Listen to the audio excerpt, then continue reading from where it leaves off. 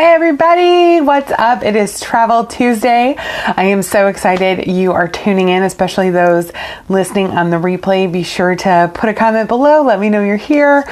Today we are going to be talking all about Alaska. If you've been following my post here on Facebook for the last week, you know I've had Alaska on my mind. Part of the reason is I booked my parents and my aunt on a cruise to Alaska. So they were there last week. I was following along with them. I have more clients leaving this week. And as the summer kicks off, more and more clients will head up to beautiful Alaska, doing all kinds of adventures, from round trip cruises from Seattle to land adventures. So Alaska is definitely a place close to my heart. And I'm always jealous when one of my clients heads there, especially when I don't have a trip currently booked. I'd love to hear your questions about Alaska, so be sure to put any questions you have in the comments. Okay, so let's get started. All right, first of all, let's talk about Alaska. You guys know I love a good map. So this is all Alaska, just so we're really clear what we're talking about here, right? This is a huge landmass.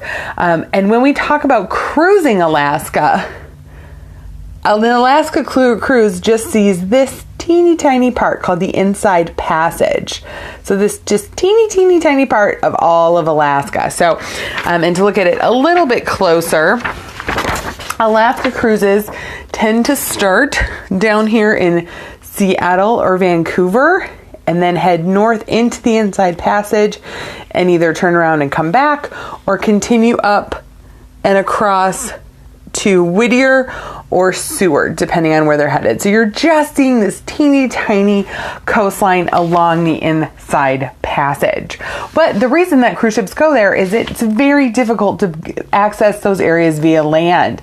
In fact, the state capital, Juneau, you can only get there by boat or plane. Can't drive there.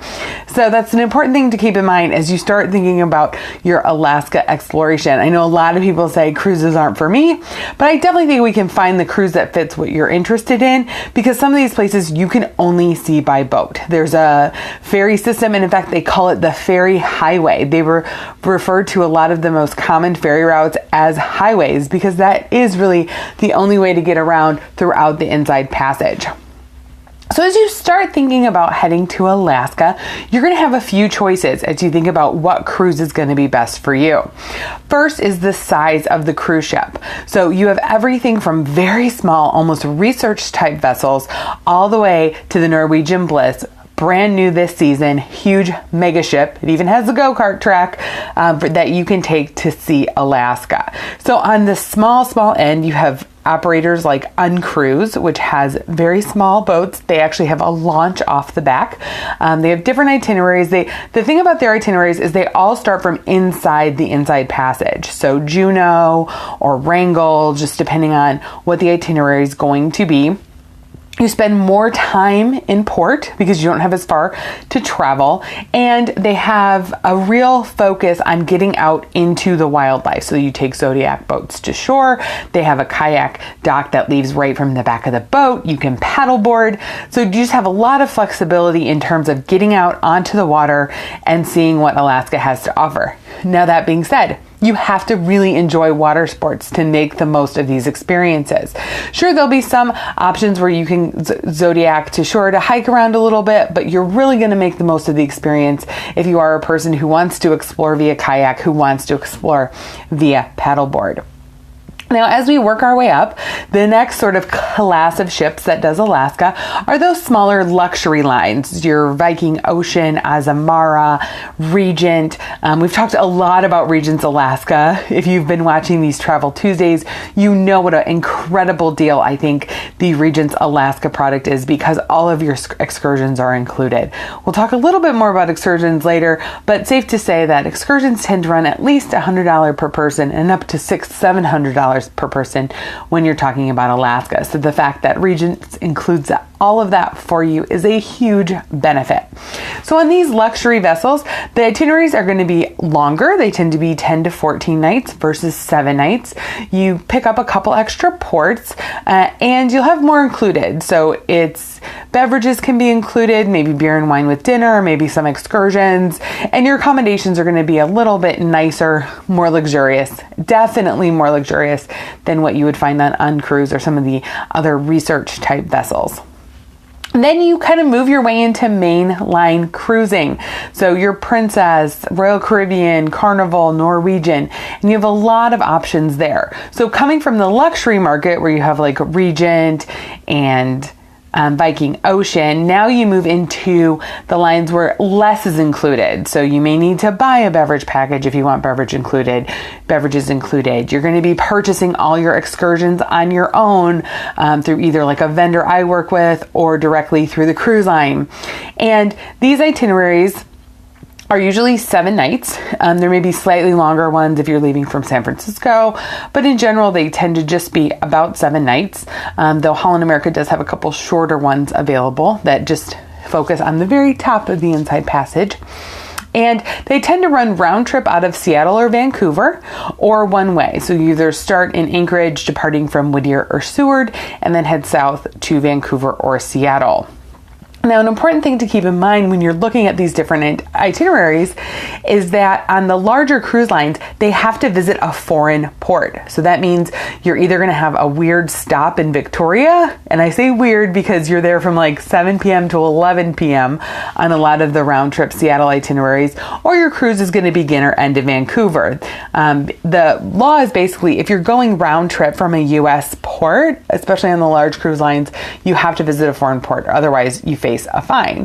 Whereas smaller operators like Uncruise have filled out the paperwork and gotten the right credentials so that they can cruise round trip from Juneau and not have to go into Canada. So as you think about the different itineraries, round trip from Seattle versus one-way to or from Alaska, it's important to kind of know what you're looking for. The round trip Seattle is very approachable. It's very easy to get to Seattle from most major cities. It's a long flight if you're coming from the East Coast, but not as long as going all the way to Alaska. You also do not need a passport for those journeys if you are a U.S. citizen as of right now. Now, I always recommend a passport. I think it's really important that everybody carry a passport when they cruise, but technically right now on the round trip Seattle voyages, if you're a U.S. citizen, you can board with a government copy of your birth certificate and a government issued photo ID. So that makes it very approachable to a lot of people. Now, when we start talking about the one-ways, either from Seattle or Vancouver up into Alaska, you do need a passport for those because you are not sailing round trip from the same U.S. port. And like I said, Vancouver's in Canada, so you'll need a passport to get to Vancouver no matter how you slice it. So the benefit of the one-way journeys is you see more of Alaska. So those itineraries don't need to make a stop in Victoria. At the top of the Inside Passage, you usually pick up another fjord or glacier, and I'll talk a little bit more about that.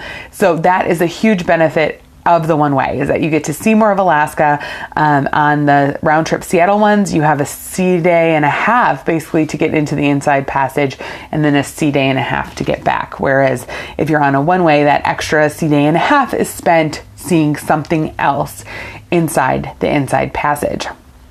Going one way also creates the opportunity for you to add on a land journey. As I showed you on the map, there's a whole lot of Alaska to see. So if you go one way, it gives you time either to add on a trip at the beginning of your cruise, before you cruise, or at the end. So I get the question a lot, what's better? Is it better to do the land part before you cruise or after you cruise? And it really just depends on you and how you like to travel. So I did a 10-day land trip before taking a 7-night cruise. And the one thing I really noticed is it was really hard to get used to the time change in Alaska because it does not get dark. So it's hard to adjust. I'm usually not a person that has jet lag. Over the years, I've kind of developed my key routine to make sure once I hit a country, I can hit the ground running. But Alaska really threw me for a loop because it didn't get dark.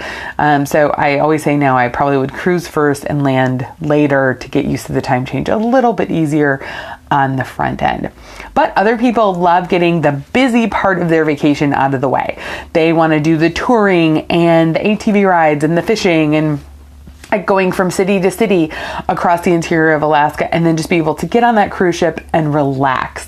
One nice thing is it takes the pressure off of wildlife viewing. My husband said he was really excited to do land first because he wants to see all the animals before we get on the cruise ship, so then we can just really enjoy and relax, which we did. We saw a lot of animals online: bears, moose, whales, otters. So lots of great animals as part of our land journey. So again, thinking about, how do you want to ease into your vacation? Do you want to ease in and do kind of the relaxing cruise first? Or do you want to hit the ground running and have the relaxation on the back end? How do you like to travel? Weigh in the comments. I want to hear. I'm more of an ease-in person, though I do see the benefits of hitting the ground running in different areas. So in terms of what you can do, what you can see, what's the point of going to Alaska? As you hit the mainland, so mainland Alaska has a lot of opportunity for fishing, in particular salmon fishing. When the rivers are running, meaning that the salmon are swimming back upstream. Yep, that is my impersonation of a salmon. Just in case you wondered. As the salmon are swimming back upstream to spawn, have their babies, that is a great time to catch them. That is also a great time to see bears, because the bears are coming to eat the salmon. Each year, there's an almanac that comes out predicting when each river is going to have their season, so you have your best chance of seeing the salmon running in particular areas. And you can go fly fishing there. You can also do deep sea halibut fishing, particularly off of Homer, which is at the very tip of Alaska. That is the halibut fishing capital of the world. So that gives you a lot of opportunity there. Bird watching on the interior. Again, animals as you go into Denali National Park. There's river rafting.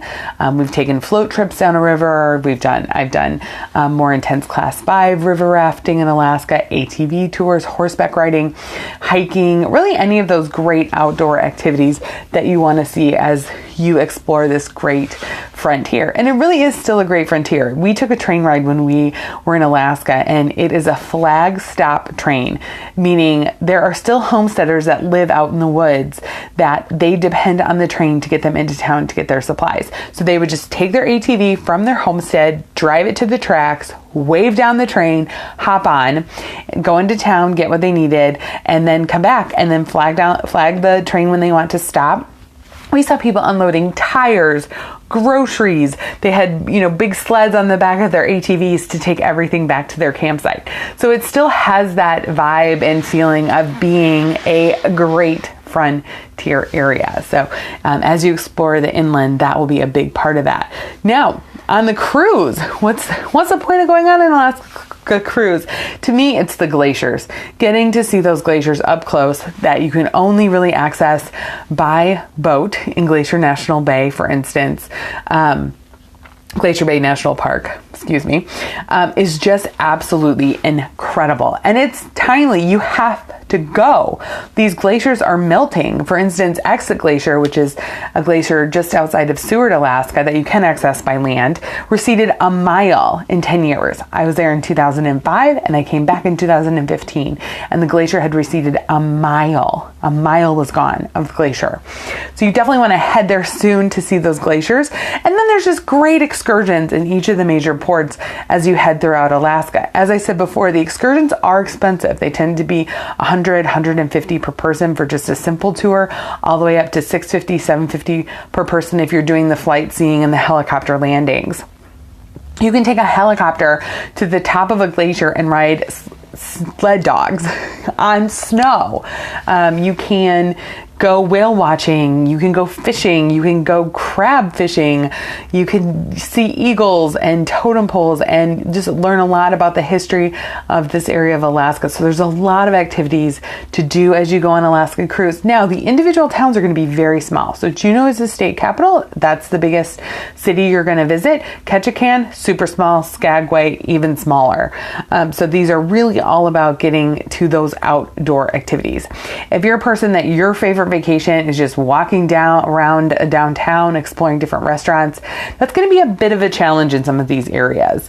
These cruises are really for people who want to see the outdoors, who want to try to see wildlife, and experience the beautiful landscape that Alaska has to offer. Okay, so we covered the different ships that go from the smaller research type vessels on uncruise to the luxury lines like Regent to the main lines like Princess, Royal Caribbean, Carnival, Norwegian. You have choice about your itinerary. Like with uncruise, you can just stay totally inside the Inside Passage. Most of the main cruise lines either do a round trip out of Seattle or a one-way between Vancouver and back. Now, and the different things you can see, it's really all about wildlife and glaciers as you head into Alaska and those beautiful landscapes. So when's the best time to go and how do you save money? Those are the other two great questions I get. So in terms of the best time to go, if you are more of the adventurous person, if you're thinking about those smaller ships, Uncruise has an incredible set of itineraries they call Alaska Awakening. These are in March and April, which is very early in the season for Alaska. And it's literally when Alaska is waking up. The bears are coming out of hibernation. The moose are coming down out of the hills.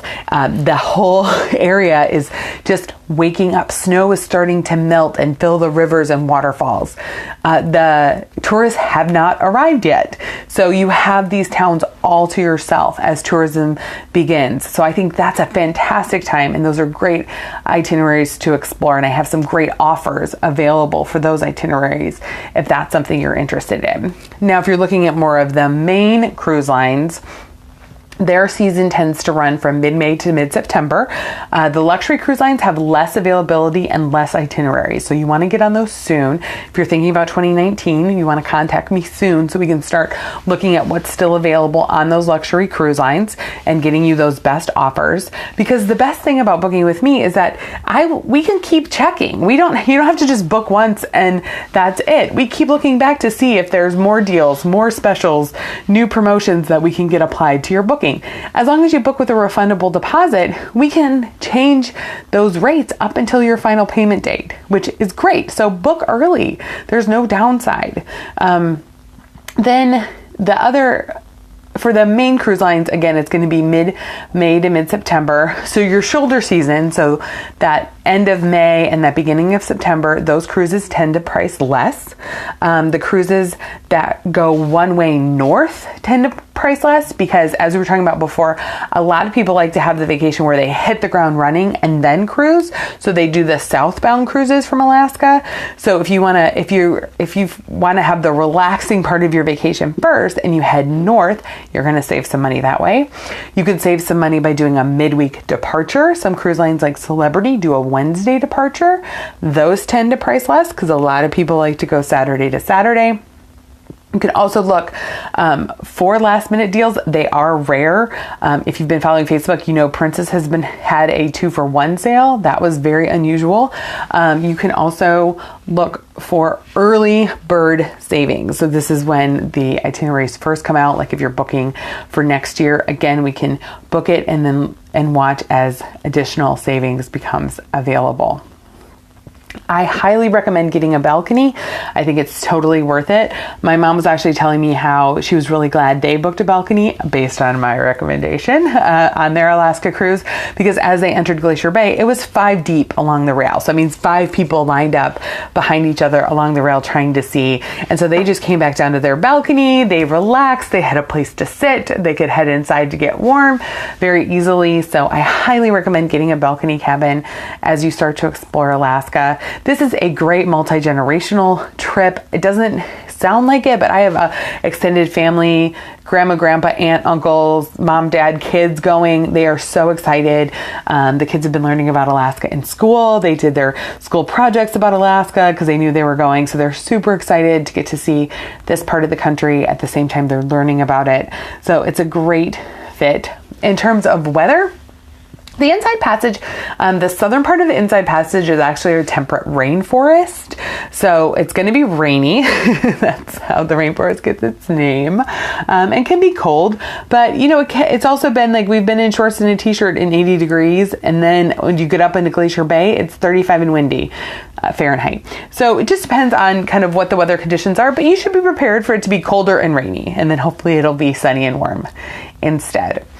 So that's kind of the highlights, your intro to cruising Alaska, the different ships, the different itineraries, the best time to go, how to save money, and the type of activities. If you have any questions or you're ready to lock in an Alaska vacation for this year or next year, let me know. Angie at tripswithangie.com. Thanks.